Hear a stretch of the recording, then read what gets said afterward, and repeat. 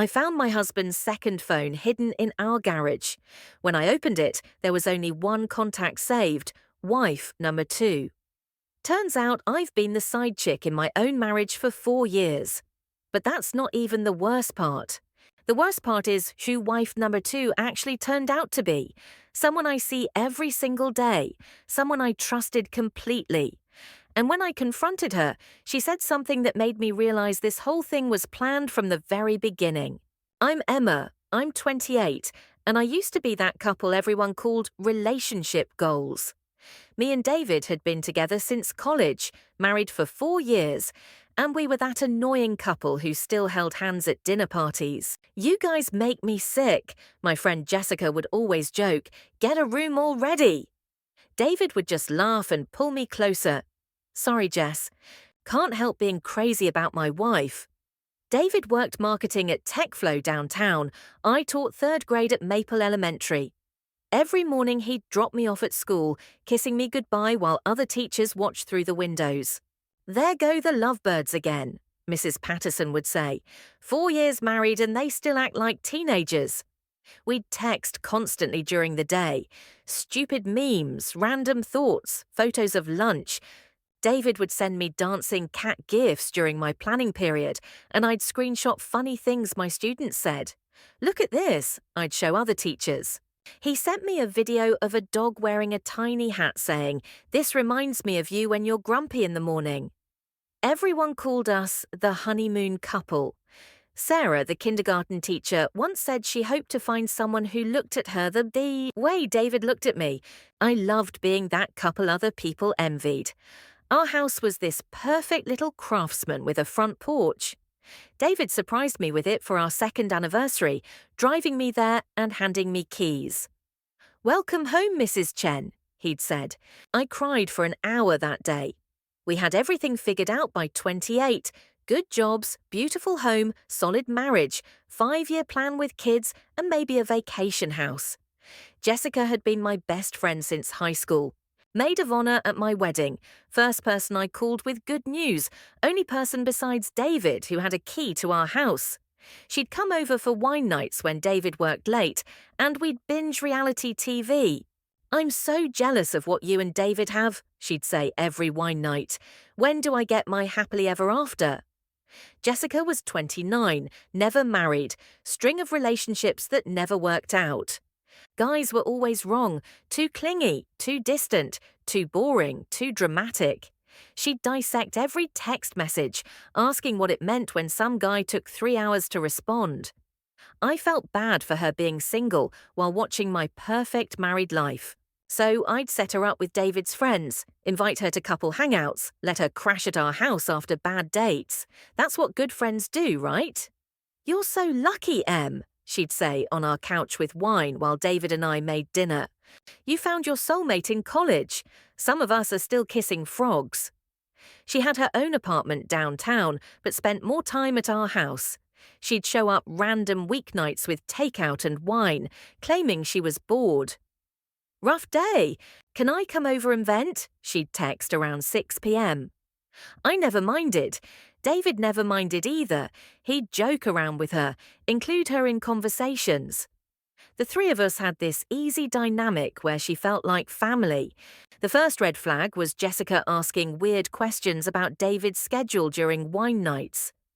"What time does he usually get home from work?" she'd ask, acting casual. "Around 6:30, unless he's working on something big." "Why?" "Just curious. You're so lucky to have someone so dedicated to work-life balance." She'd ask about his business trips, co-workers, whether he went out for drinks after work. I thought she was making conversation, trying to understand what made relationships work.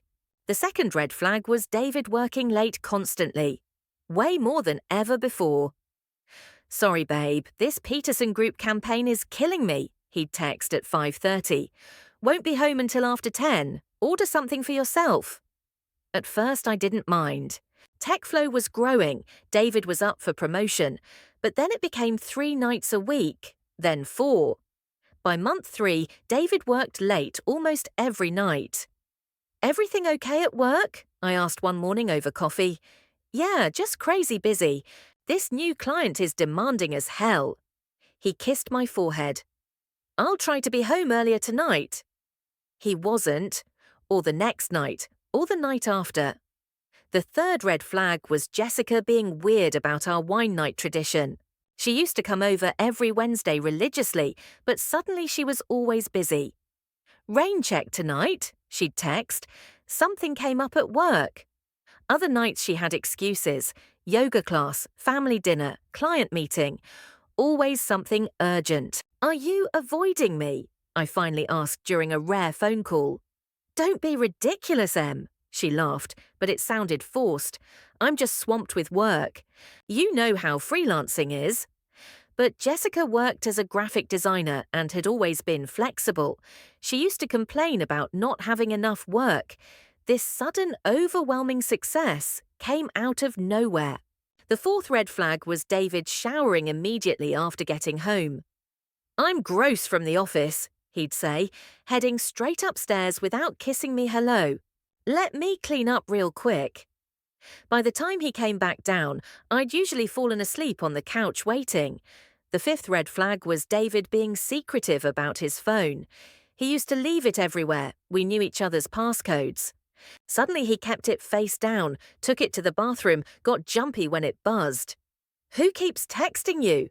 I asked one Sunday when his phone buzzed 4 times during breakfast.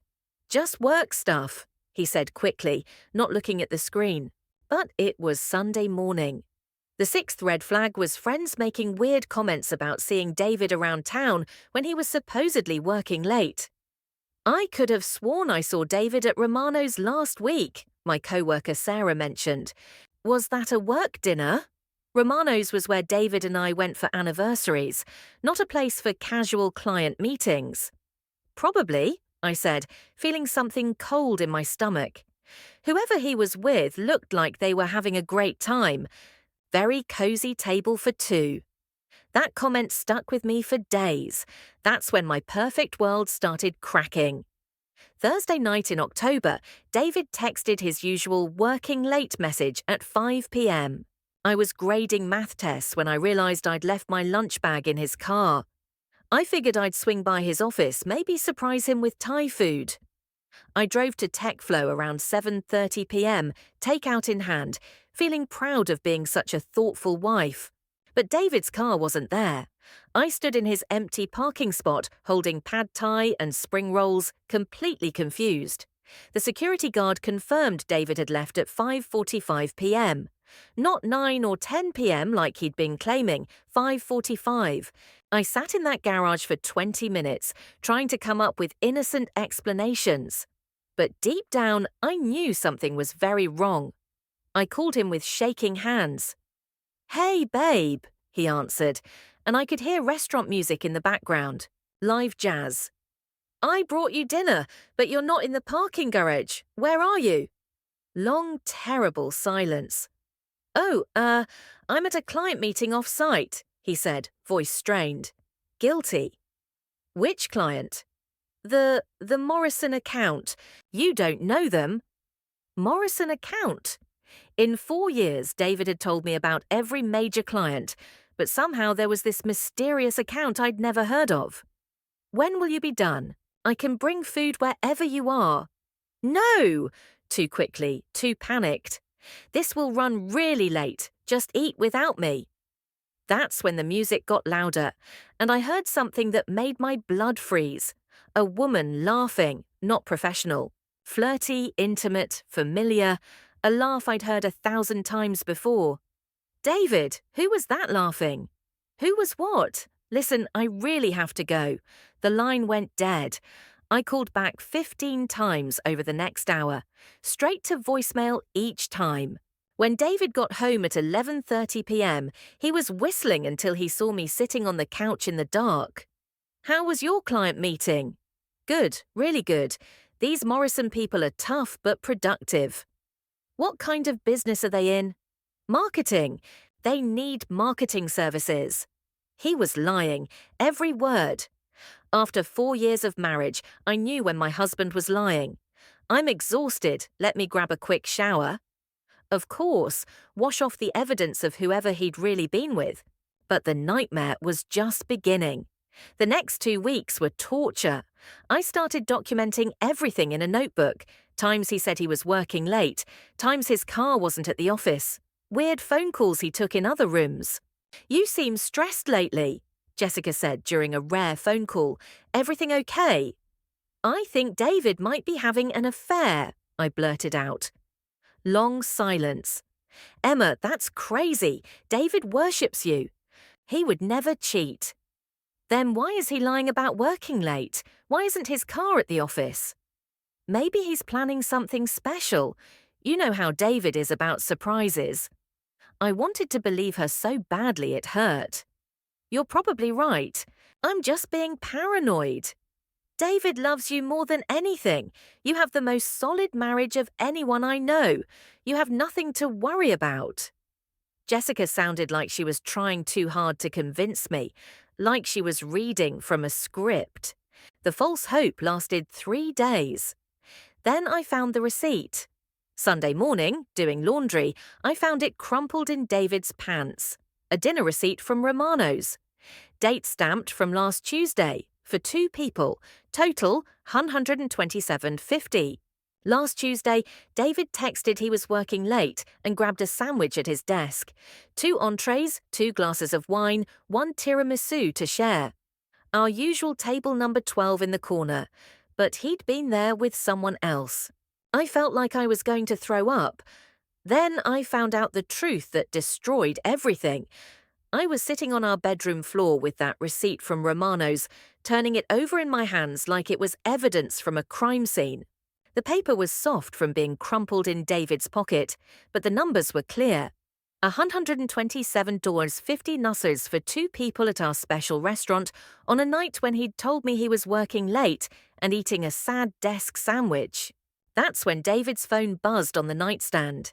He was in the shower, one of his post-work showers that had become routine, washing off the evidence of wherever he'd really been. The bathroom door was closed, steam creeping out from underneath, and I could hear him humming. Actually humming, like he didn't have a care in the world. Normally I would never ever look at his messages.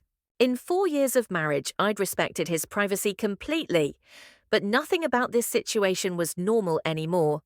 The phone buzzed again, then again. I got up from the floor, my legs shaky, and looked at the lock screen. 3 text notifications, all from Jessica. The preview of the first one made my stomach drop. "Last night was incredible. I can't stop thinking about..." My hands were trembling as I picked up the phone. The screen lit up with another message. "Same time tomorrow? I need to feel you inside me again." The phone slipped from my hands like it was on fire and clattered onto the hardwood floor. I stared at it like it was a venomous snake, my brain refusing to process what I'd just read. My best friend. My husband. Another buzz, another message lighting up the screen. "I love you so much, baby. I can't wait until we don't have to sneak around anymore. Soon it'll just be us." I picked up the phone with shaking fingers and swiped up to unlock it. Somehow, through everything, David had never changed his passcode. It was still my birthday, 0318.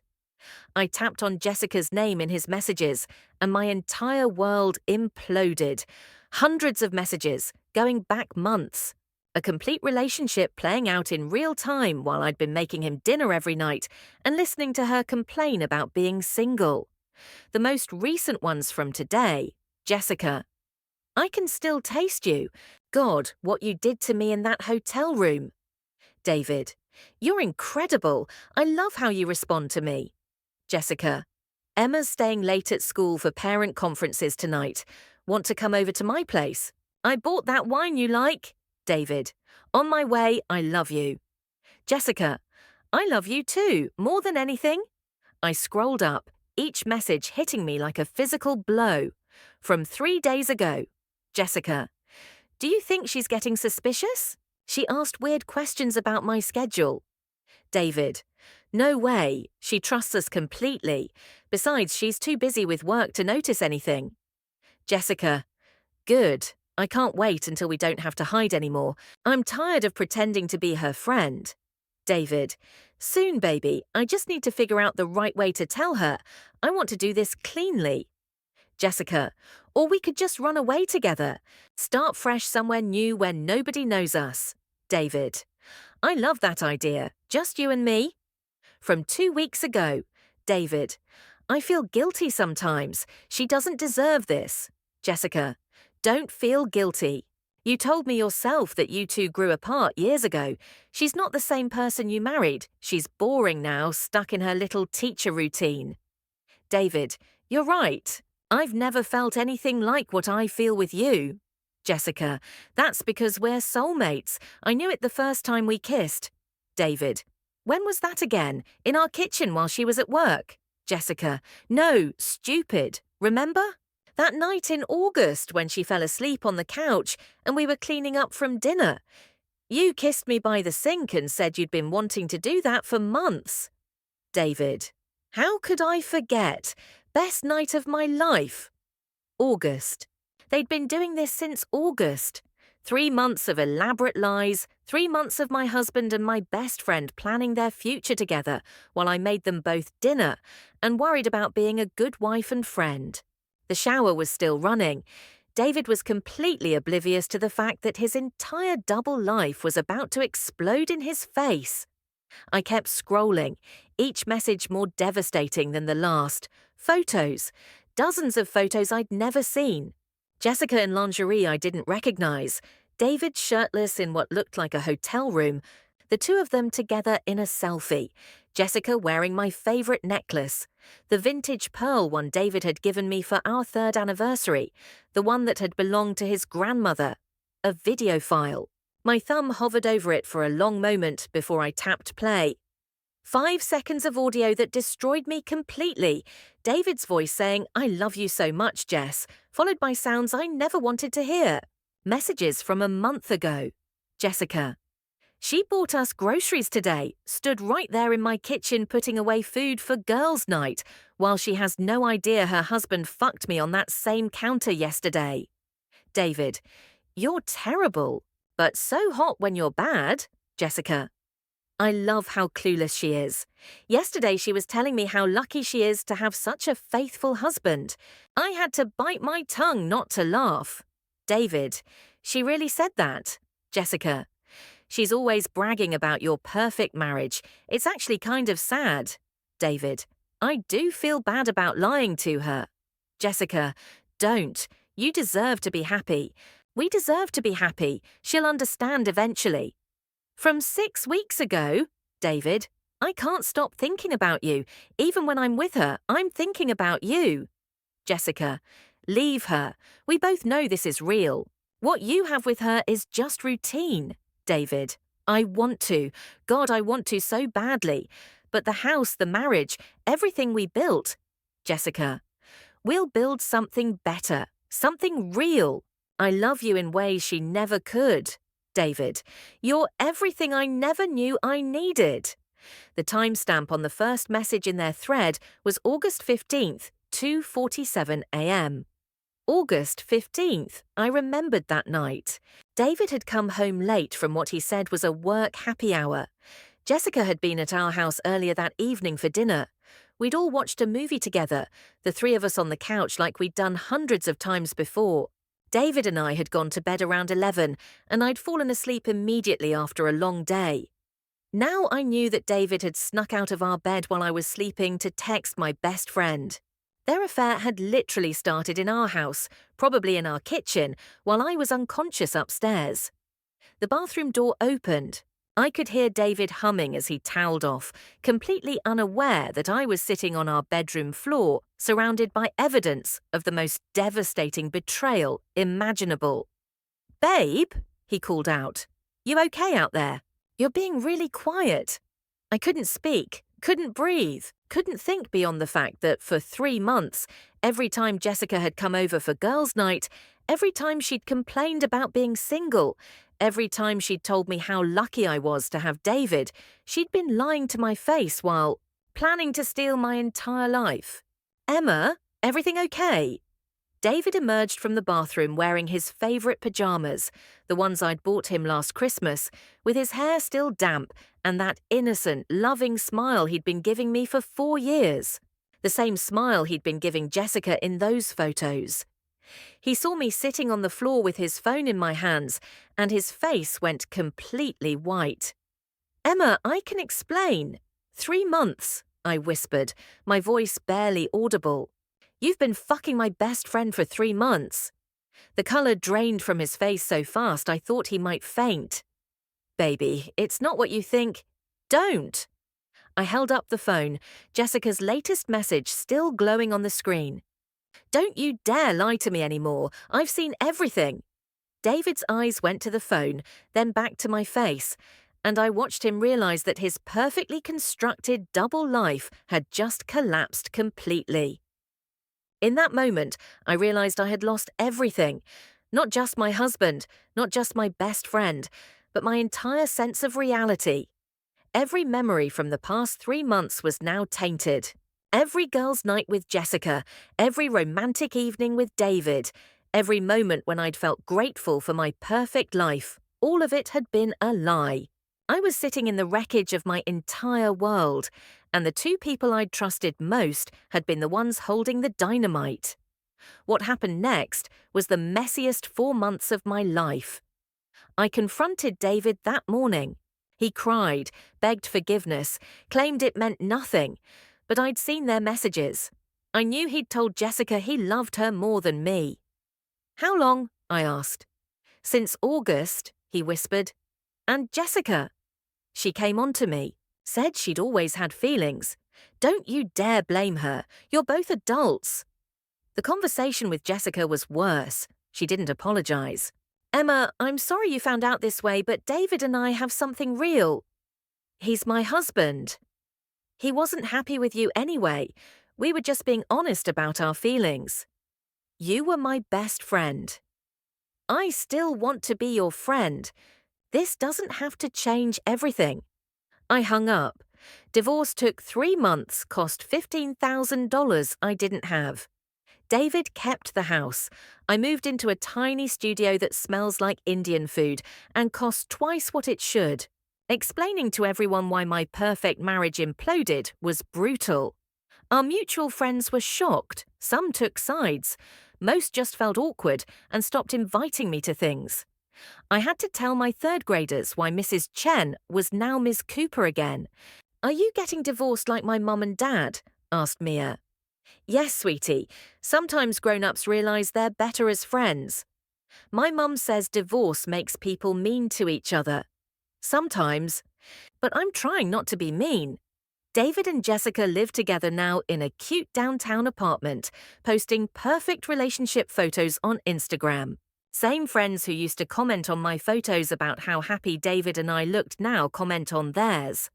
"Meant to be," Sarah from work commented on their latest photo. "You 2 are perfect together."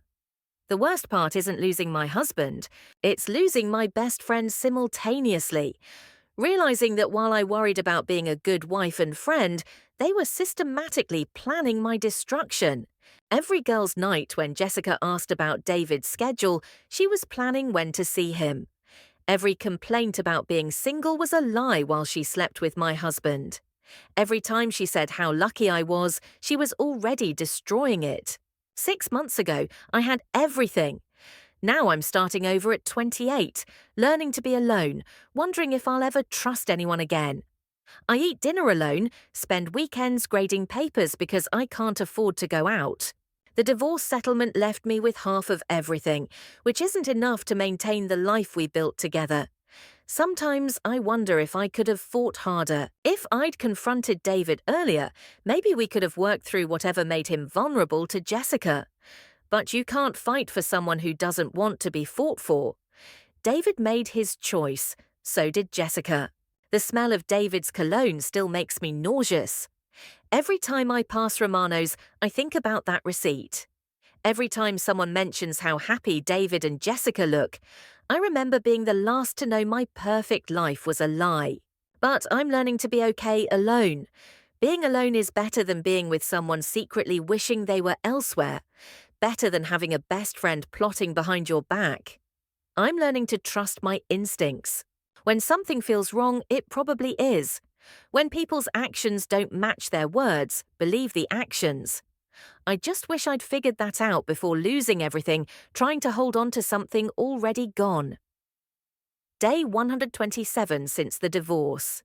I'm still here, still standing. Maybe that's enough for now.